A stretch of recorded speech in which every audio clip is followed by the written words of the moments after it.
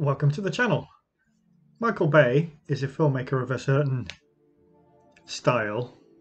In this video, I'm going to rate his directorial filmography from worst to best in my opinion.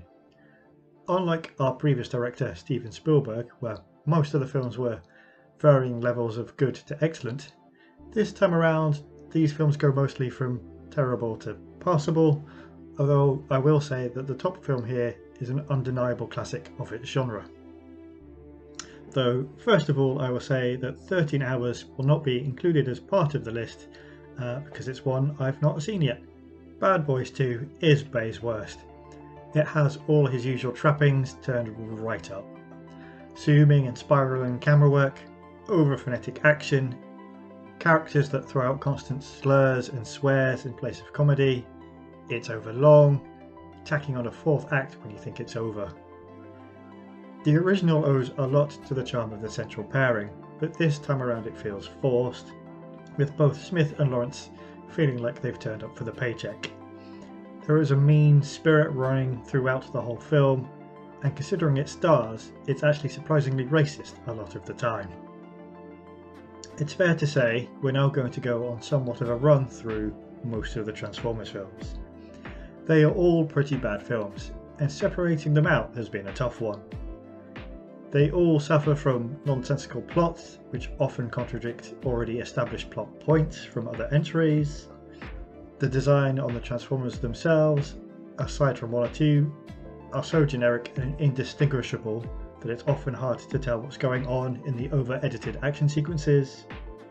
They all have bizarre humour choices, and of course Bay's habit of presenting the vast majority of his female characters as either mothers or over-sexualized dream girls.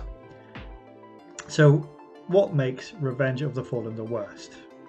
There's nothing really interesting in it, and it's got devastator balls. Age of Extinction is pretty much indistinguishable in the mire of Transformers mediocrity. Aside from the fact that it's a summer blockbuster film that includes a scene where characters discuss the legality of sleeping with underage women. What else can you say, really? Dark of the Moon comes within touching distance of having an interesting setup, but it quickly loses sight of it in amongst the usual nonsense. And this time it includes a bizarre segue into Office Space comedy for like 20 minutes. Leonard Nimoy leads more gravitas to the film than it deserves. The Last Knight, to date the last in the Transformers series, has all the aforementioned problems, whilst at the same time feeling like it's built on a script which has been smashed together from three completely different sources. However, the sheer madness of its incoherent nature make it more entertaining than the previously mentioned films. Six Underground is Bay by numbers. A cynical attempt to make his own Suicide Squad meets John Wick franchise starter. A strong cast is reduced to cliché, with Ryan Reynolds basically rehashing his Deadpool shtick. Much like Bad Boys 2, Bay again mistakes shouting and swearing for comedy.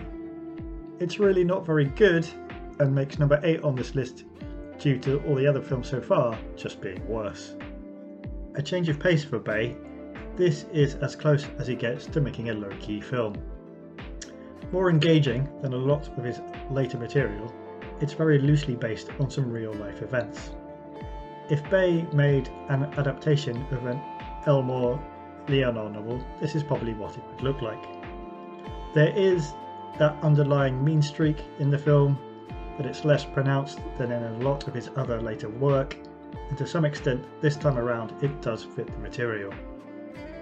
Pearl Harbor was Bay's third film, and had it not been seen as somewhat of a failure, it's possible his career would have taken a different course. Here Bay deploys well-made action sequences in amongst handsomely staged drama, instead of just chaining together minus action with tonally mixed comedy. The problem for the film is the drama it's built around is largely quite dull. It's just hard to care about the central love triangle, which is a crucial blow for a film roughly 3 hours long. Cut an hour out of it and you'd have a much better outing. It rates above a lot of his other work by being much more tonally consistent and sure of what it wants to be. The first Transformers film is by far the best of the franchise. The story goes that Spielberg, who acted as a producer, had a decent level of influence over the film, recommending that the friendship between Sam and Bumblebee should be a central focus. It's a factor that helps give the film more heart than the franchise's other outings. Elsewhere, it's far more consistent in its tone, one urination joke aside, and at this point, Shia LaBeouf's Sam is still mostly likeable, unlike the later entries. For a good hour or so, the island plays out unlike any other Bay film. There is no overblown action, and the camera work is fairly subdued, as an intriguing mystery plays out. But once Ewan McGregor and Scarlett Johansson's leads go on the run, it does see Bay slip back into his well-worn skill set. Things explode, people ride helicopters everywhere, but this time the action revolves around characters we've been given reasons to care about, including a strong villainous turn from Sean Bean. The first Bad Boys film is much better than its sequel. Here, the partnership between Will Smith and Martin Lawrence is full of energy, and it's aided by them having more to work with than just constantly swearing for the sake of it. This is a thriller with comedic elements, and it very much feels like what you'd get if you crossed True Lies with Beverly Hills Cop in terms of style and tone. For a Bay film, there is relatively little action, but what is there is filmed well, with Bay's approach yet to reach the point where it made things unfollowable. Armageddon is quite possibly maximum Bayhem.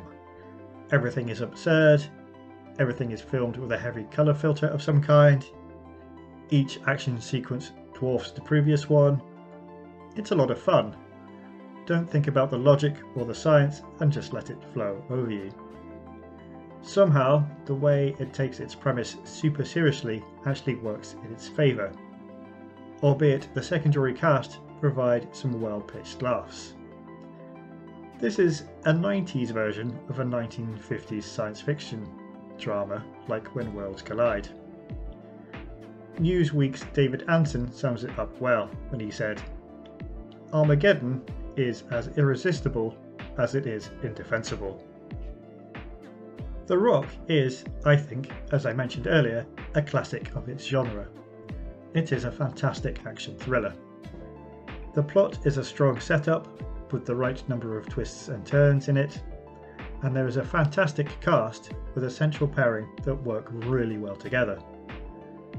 Alongside this, Bay's action sequences are filmed with an energy and a level of tension throughout, but crucially remain well structured and possible to follow. A shout out also goes to Hans Zimmer's score. Roger Ebert summed it up excellently when he said, "The Rock is a first-rate slam-bang action thriller with a lot of style and no little humour." So there we have it. Let me know if you agree down in the comments below, and we'll be back soon to rate another filmography.